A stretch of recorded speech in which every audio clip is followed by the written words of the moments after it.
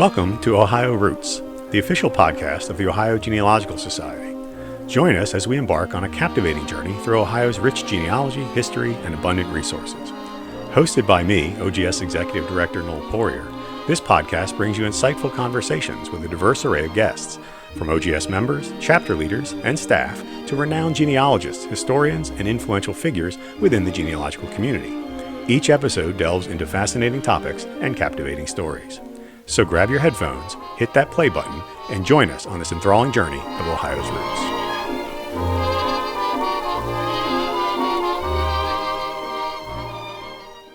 Our guest on this episode of the Ohio Roots podcast is Austin Reid. Austin's a native of Lancaster, Ohio, who has been exploring the stories of Ohio's smaller and vanished Jewish communities since 2017. His research has been featured in several media outlets, including the Canton Repository, the Columbus Jewish News, Richland Source, Steubenville Herald-Star, Zanesville Times Recorder, and WOSU. We're really looking forward to our conversation with Austin today. I think it's a really interesting subject, and I think you'll enjoy it. Well, thank you, Austin, for joining us today on the Ohio Roots podcast. I really appreciate you being willing to take some time out and speak with us today. Thank you, Noel. It's my pleasure to be here. One of the things I do like to ask folks who we've talked to in the past is most genealogists are kind of like comic book heroes where they have kind of an origin story that got them started in doing genealogy. And I'm curious what yours is, given how unique the area you research is. Thank you for the question. I grew up in Lancaster, Ohio, and when I was growing up, the town's congregation, B'nai Israel, had already closed. But you could still visit downtown and see the former building, which had been converted into a private home.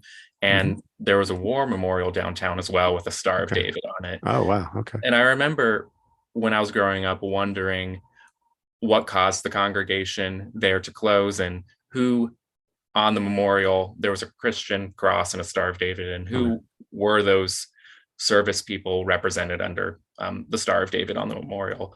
And when I was a student at Capital University, I had an opportunity towards the end of my time in college to take on a capstone project to fulfill my history major.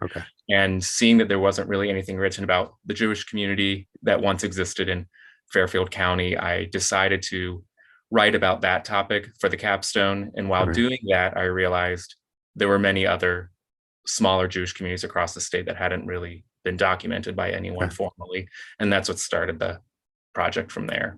Okay. It's interesting because, when you mentioned that, because I live in New Philadelphia, Ohio, here in Tuscarawas County, and really right down the street from me is a house that was originally built as a doctor's home.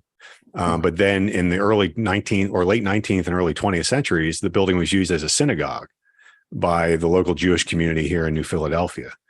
And I wonder how common were those small groups of Jewish residents in Ohio in these small towns? Where were you going to see these? Were they settling everywhere? Yeah, thank you. And it's interesting, Noel, to hear about your connection to New Philadelphia. That is one of the communities I've looked into a little bit. And the Jewish experience in small towns and rural areas in the Midwest, I would say, was more common than in other areas of the United States.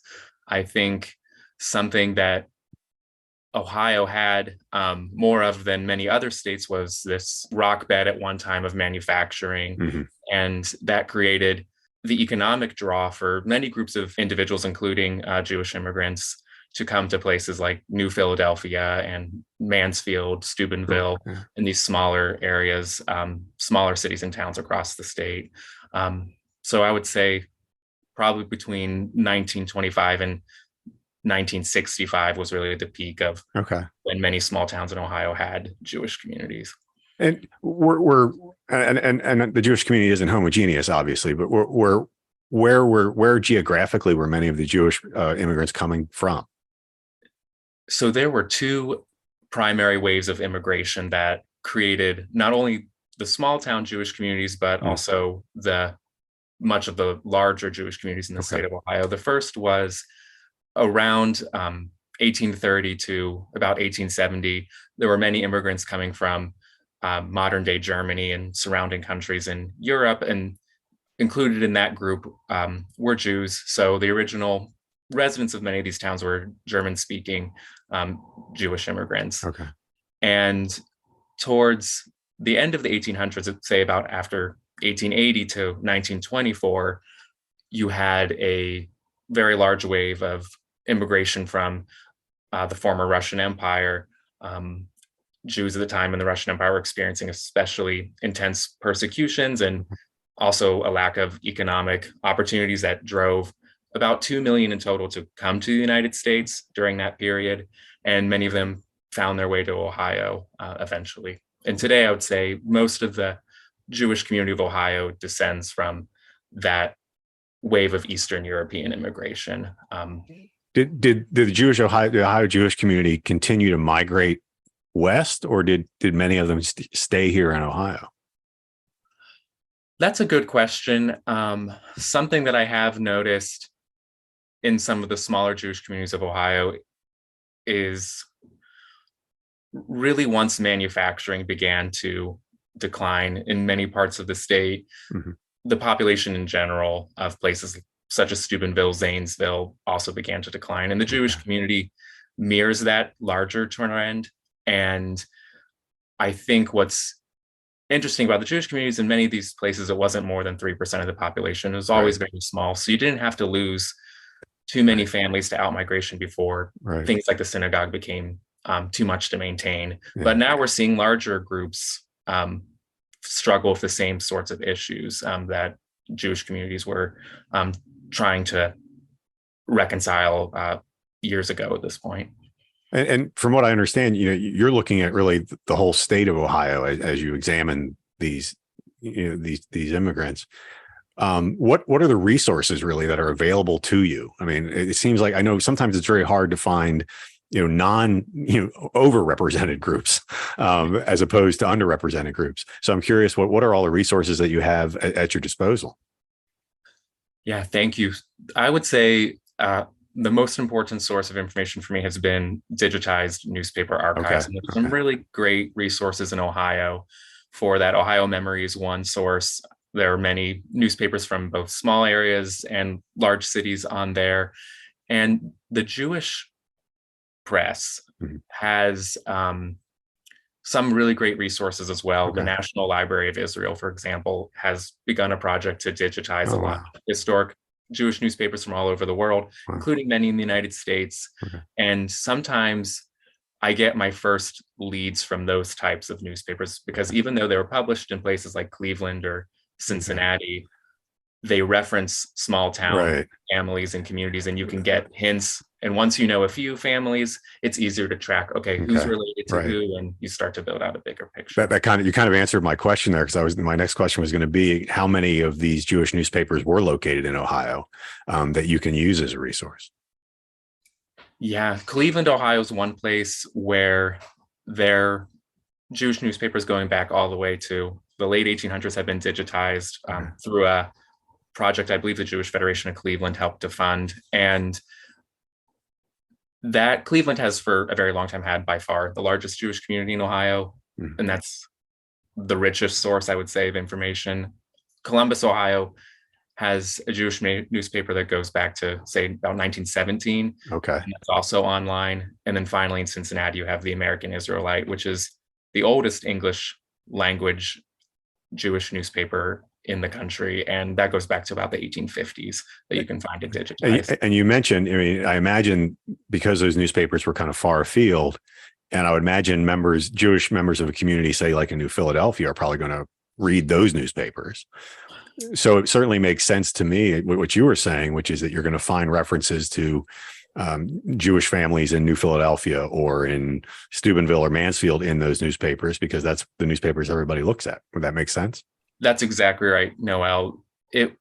Especially before our age of Facebook and all these ways of keeping in touch, it was really those social columns of the newspapers that even folks far away from Cleveland would read just to stay in touch with what's happening with their extended relatives, what's happening in different parts of the community. And so it's, while they're published in the cities, they have a reach beyond the cities. Right. It sounds very similar to the Amish newspaper, The Budget, which published here in Tuscarawas County, but is read all across the world. Yeah. And Yeah. so I guess, again, because these families are so interconnected. When Jewish immigration started to Ohio, what was the response of natives here then? It's very interesting. It is not uncommon when you're reading newspaper sources from the early to mid 1800s to find anti-Jewish references. Okay. And you would many times these would be directed at, say, families that weren't part of the area. Okay, But sure. occasionally you would find something that was definitely a reference to a very local person. But you also found references early on to, as individuals, Jews sometimes could gain relatively quickly a wide acceptance in the community. Right. And there was this interesting dynamic for a while where collectively Jews and Judaism were viewed with some suspicion. And as an individual, there might be time for community acceptance. And you would sometimes find these obituaries where the newspapers are just gushing about how great of a citizen this person was. But even in some of those sources, you sometimes see phrasing like, well, despite being a Hebrew, they had a wide circle of friends or something like that. But that sort of language really starts to vanish after 1930, and particularly after World War II. I think there was across the country, great reduction in anti-Jewish sentiment. Sure. And you saw a pretty high level of integration of the Jewish community with the larger community, certainly, I would say by World War II or after. Were Jewish immigrants? I keep kind of going back to those initial immigrants. Were they coming were they farmers? Were they tradespeople? Were they all of those things? I mean, did they have a particular industry they were gravitating towards, or was there a particular industry that they were funneled into? Thank you for that question. You can find references to almost every occupation across these communities, but there were two business areas, I would say, that were particularly, Jews had a particularly high prominence in. The first was clothing manufacturing and retail. And this was an area of the economy that was really growing in the United States by the mid 1800s. A lot of the technology to mass produce clothing was becoming more available in more communities. And at the same time, you had this group of immigrants from Central Europe. Many of them had traditions in their families of operating small scale craft stores or small businesses. And they were able to carry some of those skills to their new communities in Ohio. Often the German Jewish immigrants would begin by peddling goods around smaller communities before they had enough money to buy a storefront. But that role of a peddler filled a really important economic niche in America at the time, because you didn't have the supply lines to get goods very easily to small communities. So the peddler was a very welcome sight, usually, to bring these goods that were hard to find. And that presence of Jewish families in clothing retail really continued till the late 20th century. It was common in many small towns to find Jewish-owned department stores downtown. And the other notable area was the scrap business.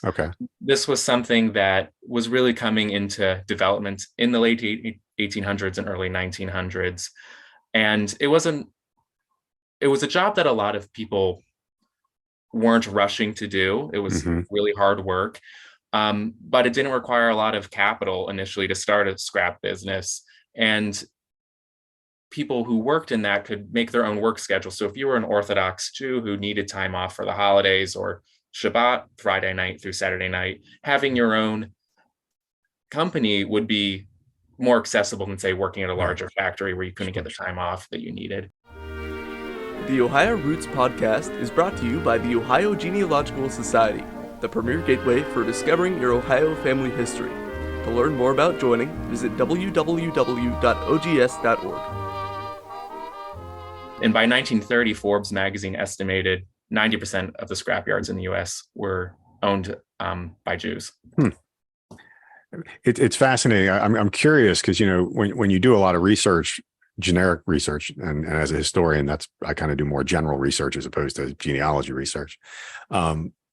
Is there a way for me as a researcher, if I'm looking through a historical record, whether it's a census record or a newspaper article about a particular individual, if it doesn't expressly say they were Jewish, are there things that you look for as a researcher that tell you that they might have been a member of the Jewish community? Thank you for that question. I do tend to be very conservative when assigning Jewish identity to someone. It's definitely not advisable, in my opinion, to try to ethnicate the names, because I've come across examples where someone could be Catholic and German, and they have what we might think of as a common Jewish last name, but they're not Jewish at all. So I really look for burial records. If someone buried in a Jewish cemetery, marriage records, was there a rabbi present at the marriage? I tried to find, once a community was large enough, there was very often a coffee club or a charitable society, something very early on that brought Jewish families together. And once you can find a group like that, you can track their members, and it becomes easier to see a network through those groups. But it's a good question, particularly in the early 1800s. It's very difficult sometimes to know with certainty if someone's Jewish, particularly because in many of these small towns, there weren't Jewish cemeteries. So people would be buried in Cincinnati, Cleveland, and folks who live there may not, you can't just go to the cemetery and see a Jewish grave in some of these communities. You would find that maybe they lived in Chillicothe, but they're buried in Cincinnati. Interesting. There. Huh. Yeah. I'm as you're doing research, do you come across, if you don't mind sharing, like personal stories of your own family's experiences here in Ohio? Yeah, I am a bit of my connection to the Jewish community is a little bit more interesting. I converted 7 years ago, so my family is Christian, but I think the experience of growing up in a smaller town where many people assumed, oh, there isn't a Jewish presence at all and never has been, was one of the things that got me interested in this particular area of the history, because Jewish Ohio history and Jewish American history isn't just the story of large cities. There were farming communities of Jews in places like Ashtabula County. And then we had Jewish communities in smaller towns like Alliance and Chillicothe as well. So these stories risk being forgotten as Jewish institutions in these places. Some of them have been closed for a very long time, and people just assume it's never existed there, but it has existed. And there's really interesting stories sometimes to uncover. Are the when you mention things like marriage records and things like that, have records of synagogues in Ohio been digitized and accessible, and are those records there? And if so, where are they? Yeah, there's a couple really good resources for anyone who's interested. Hebrew Union College in Cincinnati has the American Jewish Archives. They collect records from all over the country, and many of them focus on Reform Jewish congregations that were affiliated with the college. The Columbus Jewish Historical Society in Columbus has been a really enthusiastic supporter of the research I've been doing for several years now, and they have made available on their website digitized copies of many of the histories I've done. And then finally in Cleveland, you have the Western Reserve Historical Society, and they also have a section that's devoted to Jewish communities, and that documents not just Cleveland communities, but communities in other areas of Northwestern Ohio. So I would say those are the three places to go where you most likely would find congregation records and other materials like that. And you mentioned the newspaper project. Is that another online accessible? Yes. So Ohio Memory is accessible to anyone who has the internet connection. There are 2 paid resources, but they come with free trials that I've used. Newspapers.com rather, which is ancestry.com affiliated, and then newspaperarchives.com. And they have many different Ohio towns represented as well. And I would be remiss if I didn't say that if you come to the Ohio Genealogical Society library, you can access all of those resources in our computer lab. So I want to make That's sure really I want to make sure I mention that. Now, you say you've written a great deal on this subject. Where have you had these things published? So many of them are digitized through the Columbus Jewish Historical Society, but Excellent. I also try to make sure that local historical societies in the different towns have these as well. Now, many times these places don't have the capacity always to digitize material, but it's there in local archives as well. But I would say most of the online content is through the Columbus Jewish Historical Society. That's interesting. When you talk about one of the things you talked about in your piece that you sent me was kind of the demographic outlook for these communities, right? And I wonder if you could just kind of elaborate on what you mean by that.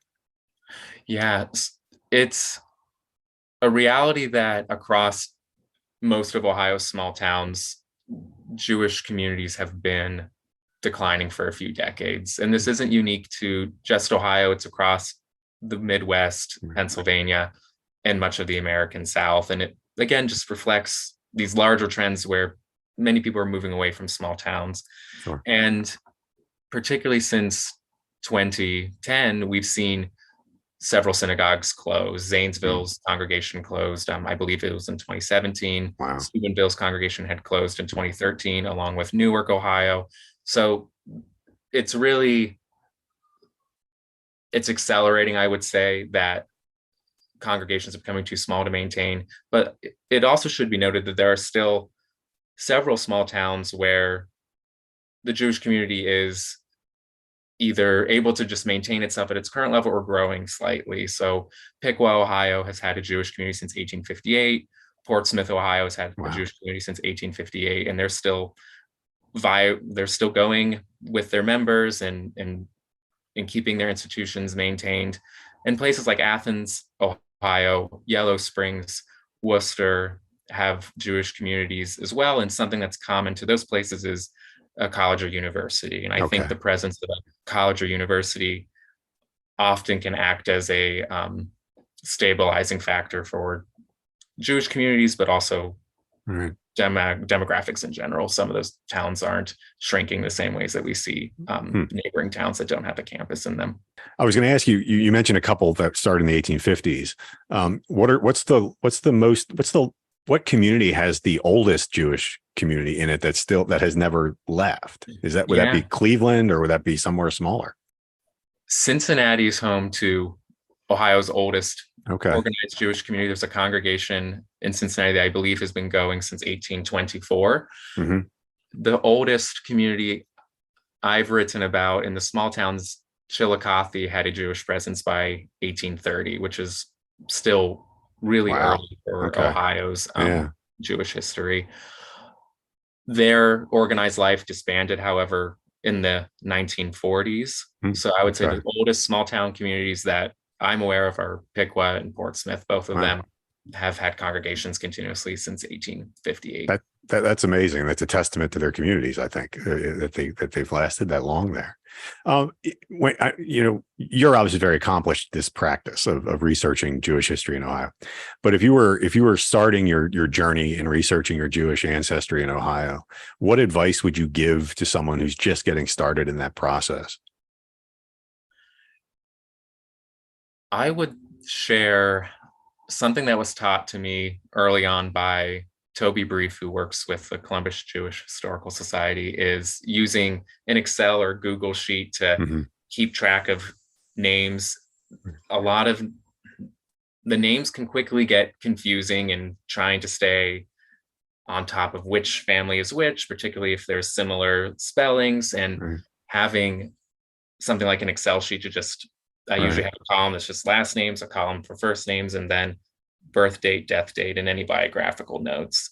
And you can even create your own color scheme to keep track of different decades, and having just something to scan down like that is really helpful. Is there I mean, you've mentioned Columbus and Cincinnati both, but is there a specific resource that you would tell that person to try out first, to really look at first?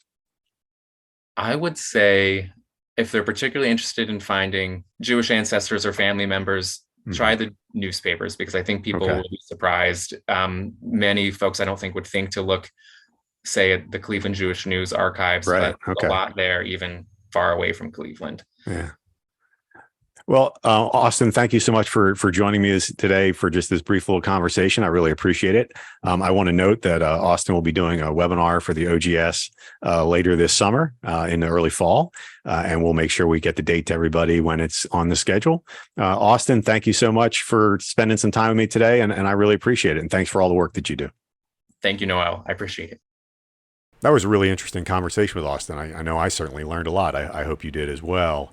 Austin will be presenting a webinar for the Ohio Genealogical Society in September of 2023, and we're really looking forward to seeing what he has to offer us there as well. It's just wonderful to explore these underrepresented groups in Ohio and how we can do a better job of making sure their records are available and accessible to researchers who are trying to discover their family roots, and particularly family roots of underrepresented groups like the Jewish community here in Ohio. So thank you to Austin for taking part in the Ohio Roots podcast today, and we'll talk to you next time.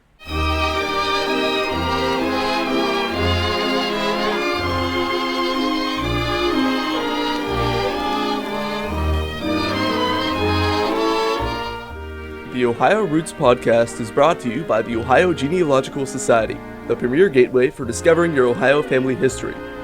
Hosted by OGS Executive Director Noel Poyer and edited by Luke Poyer. Theme song is Beautiful Ohio, recorded by Bob Stanley and his orchestra in 1944. To learn more about joining the Ohio Genealogical Society, visit www.ogs.org.